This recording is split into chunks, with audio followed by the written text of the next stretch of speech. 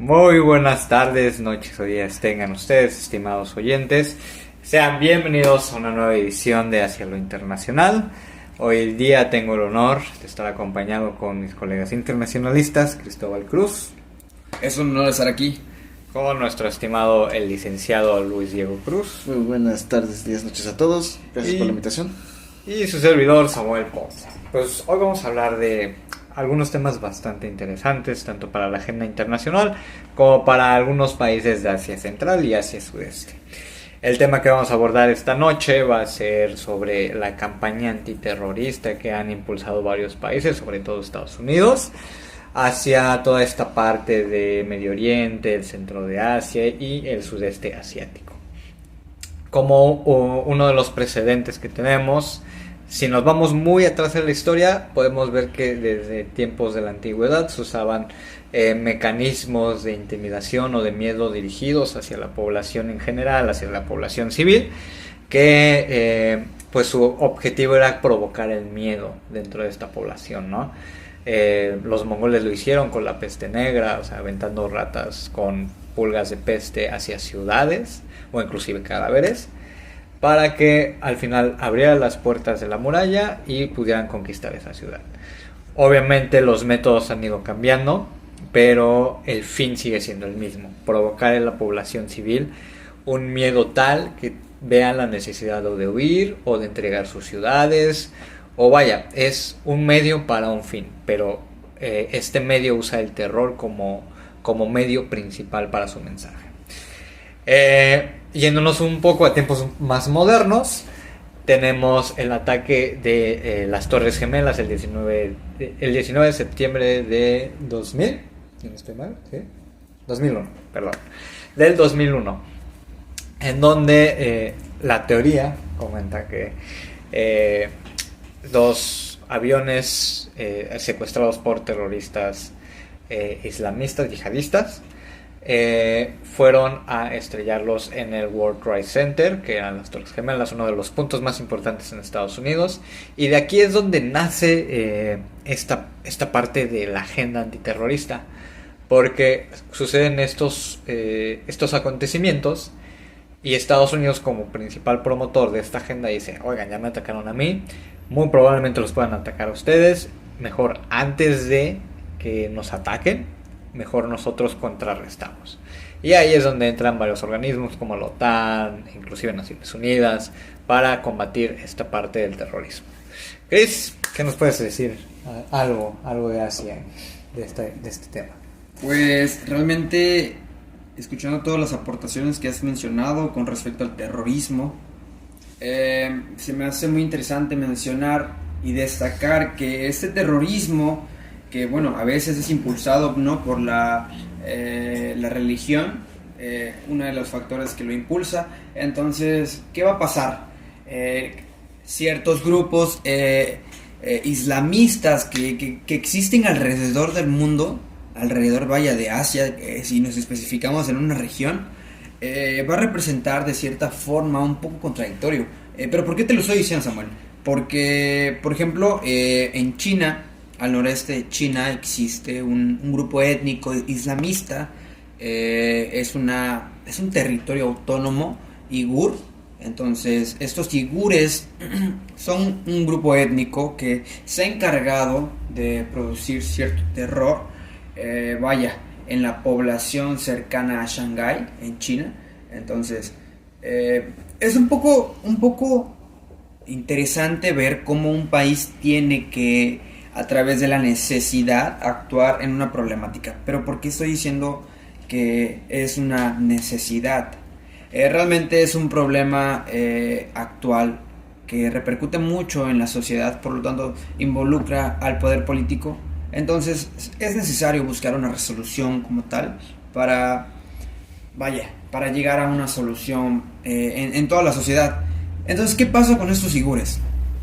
Llegan al punto de hacer voltear, ¿no?, a este poder político en China, que en el 2016 llegaron a la resolución de crear una ley que pueda ayudar a esta minoría étnica y religiosa, con el fin de brindarles cierto apoyo, cierta identidad a esta población. Hasta hace unos tiempos esta pequeña población había sido arrebatada de los derechos fundamentales. Por lo tanto, ¿qué pasa? Esta institución que se crea a través del gobierno de Xi Jinping, así de este mandatario chino, pues bueno, surge este gran cambio en esta pequeña minoría, pero sin duda fue a través de la necesidad.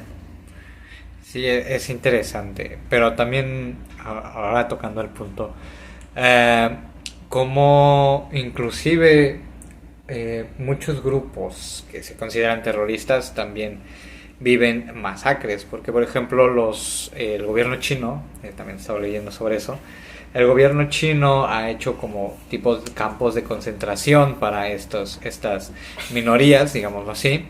Entonces Pues es que es lo que creo que me faltó mencionarte a ti, Samu, que en repentinas ocasiones el ejército chino realizó distintas invasiones a este territorio autónomo, en donde mantuvo una represión contra los mismos civiles étnicos, ¿no? Los uigures. Entonces sí se considera como lo que tú estabas mencionando. Ajá, lo podremos contemplar como un terrorismo de Estado. Así es. Y mi estimado Diego, no te escucho mucho el día de hoy, pero no te preocupes, ahorita tu participación nos va a aportar un punto más de reflexión en este podcast. Okay. Cuéntanos más o menos cómo ha sido la relación entre, o sea, las potencias, cómo han reaccionado, cómo han influenciado en esta parte del este asiático, sudeste asiático, del centro. ¿Qué ha representado las potencias? Ok, más que nada, lo que he visto en base a noticias, las potencias hoy en día están intentando combatir el terrorismo como tal. Pues vaya, por los varios sucesos que han ocurrido en los últimos años, no solo de las Torres Gemelas, no solo por la carrera de Boston, sino porque actualmente, lo mencionamos en el podcast anterior, las armas nucleares son de importancia.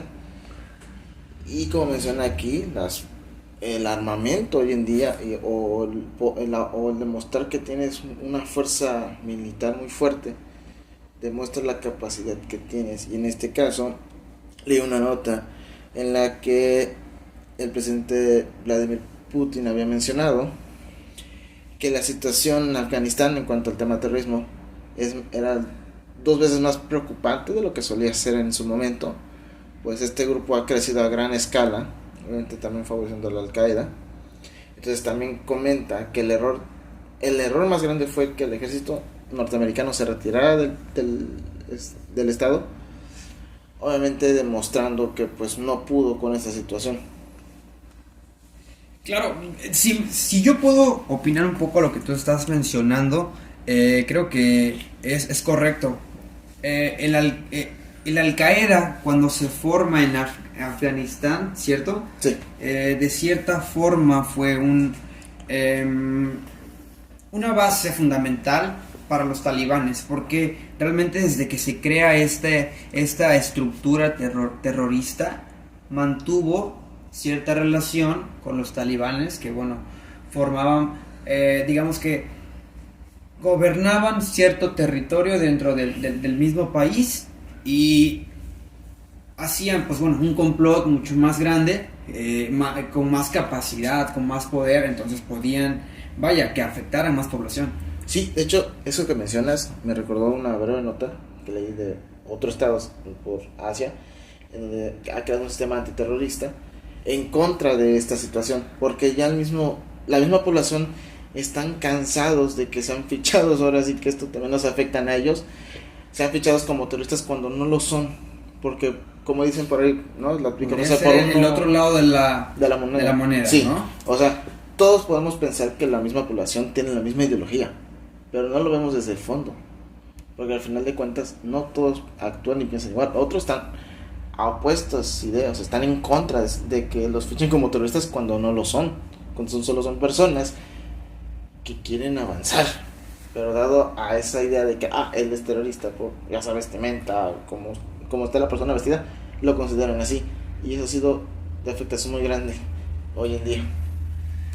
Sí, como lo comentan, y ya un poquito para ir cerrando y como comentarios finales, desgraciadamente desde el 9/11 se ha estigmatizado mucho a la población musulmana, sobre todo por todas estas creencias, esta cultura que tienen, vaya, se ha estigmatizado y ahora desde un rasgo físico, como menciona Diego, que desde rasgos físicos ya te etiquetan como terrorista, cuando en realidad no lo es. Es interesante cómo inclusive hasta las potencias han favorecido a la creación del terrorismo, porque no hay que olvidar que, por ejemplo, los talibanes fueron entrenados por el ejército de Estados Unidos y también Estados Unidos les da armas. Entonces aquí es un juego de intereses.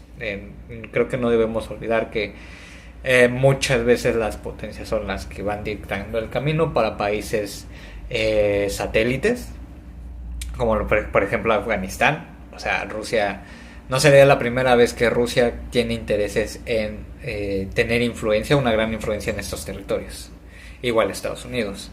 Entonces, son temas delicados, pero que al final están dentro de nuestra agenda internacional, que es algo de lo que se está luchando, pero pues al final no hay que radicalizar como los terroristas radicalizan su forma de pensar, ¿no? Creo que es un punto que podemos llegar en común. Si llegamos al mismo punto. Conclusión. Y pues bueno, muchísimas gracias por escuchar este podcast. Los esperamos en la próxima edición. Muchísimas gracias, excelente noche.